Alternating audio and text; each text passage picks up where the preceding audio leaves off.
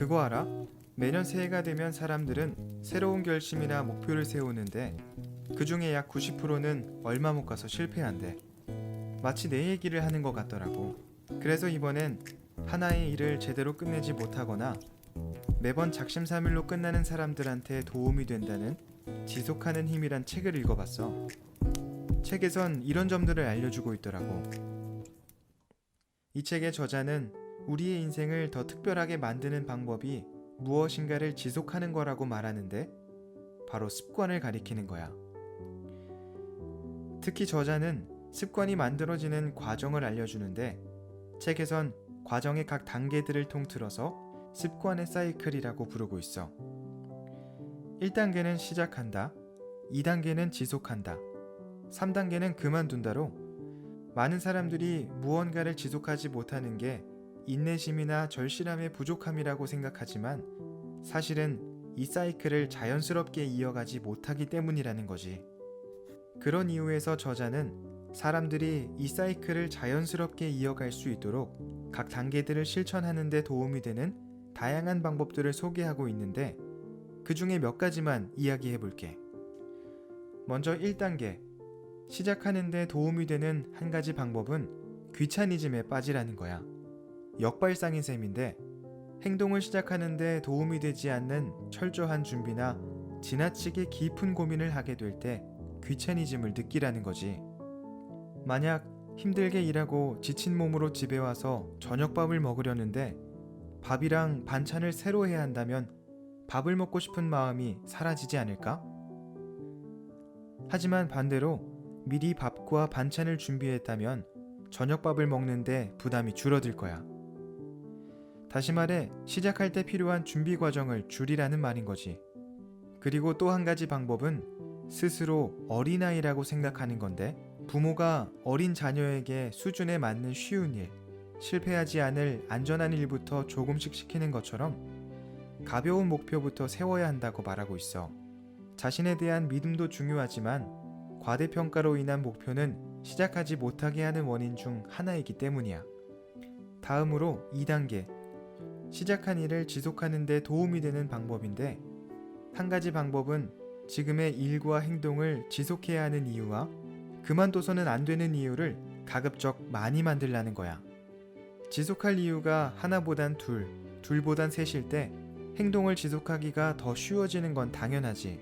하지만 그렇다고 그 이유를 금전적인 것으로만 채우면 안 된다고 하는데 만약 그럴 경우 금전적 이득이 줄어들면 곧바로 일이나 행동을 그만둘 확률이 높기 때문이야.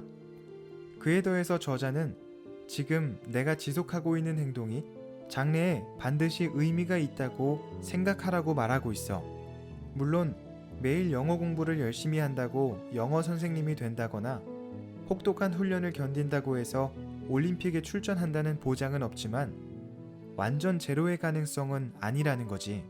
지금 지속하고 있는 일이 의외의 상황에서 뜻밖의 도움이 될 수 있다는 말인데 실제로 애플의 스티브 잡스가 그랬다고 해.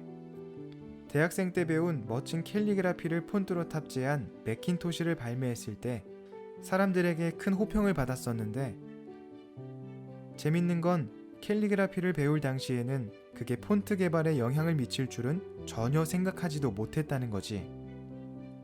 대학생 때 지속했던 행동이 시간이 지나 의외의 상황에 큰 도움이 된 실제 사례인 거야.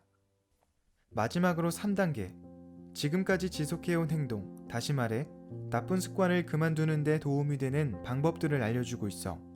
저자가 책의 최종 목적을 좋은 습관을 익히고 나쁜 습관을 버리는 것이라고 말할 만큼 이 그만두는 단계는 습관의 사이클을 완성시키는 중요한 요소야. 저자는 나쁜 습관을 그만둘 때 서서히 그리고 조금씩이라는 요령과 원칙을 적용하라고 말하고 있는데 어제까지 하루 3끼를 먹던 사람이 다이어트를 한다고 갑자기 한 끼만 먹는다든지 하루 한갑 담배를 피우던 사람이 금연한다고 갑자기 한 개비도 피우지 않겠다는 등 갑작스러운 변화를 하게 되면 대부분 오래가지 못해 포기하는 이유에서야. 그도 그럴 게 사람한테는 현상 유지 본능이라는 게 있어서 지금까지 해왔던 행동을 유지하지 못하는 순간 엄청난 스트레스를 받기 때문이래. 결과적으로 서서히 그리고 조금씩 그만두는 게 최단 시간에 나쁜 습관을 그만둘 수 있는 가장 좋은 방법인 거야. 그리고 잘 그만두기 위해서 각자가 꼭 해야 할 게 있는데 바로 변명을 끊어야 하는 거야. 예를 들어 본인은 체질 때문에 밤에 일찍 못 잔다든지 담배를 너무 좋아해서 끊지 못한다든지 또는 운동하는 게 귀찮아서 다이어트를 못한다는 등의 모든 변명들을 끊어야 하는 거지. 우리 일상에서도 이런저런 변명을 하거나 핑계를 대는 경우에 오히려 좋지 않은 결과를 맞게 되는 것처럼 습관도 똑같은 이치인 거야. 정리하자면 좋은 습관을 들이고 나쁜 습관을 그만두기 위해서 저자가 말하는 습관의 사이클을 자연스럽게 이어나가야 하고, 그렇게 할 때 습관으로 정착되면서 인생이 더 특별해질 수 있다는 거야. 고마워. 좋은 습관을 가지고 싶은 사람들에게 정말 도움이 되는 내용이야. 게다가 좋은 습관을 지속하고 나쁜 습관을 빠르게 그만두는 건 우리뿐만 아니라 대부분 공통적으로 해결하고 싶은 문제라 가족이나 주변 사람들한테도 추천해주기 좋은 책인 것 같아. 나도 빨리 읽어봐야 되겠어. 그럼 이제 다음 책을 공유해볼까?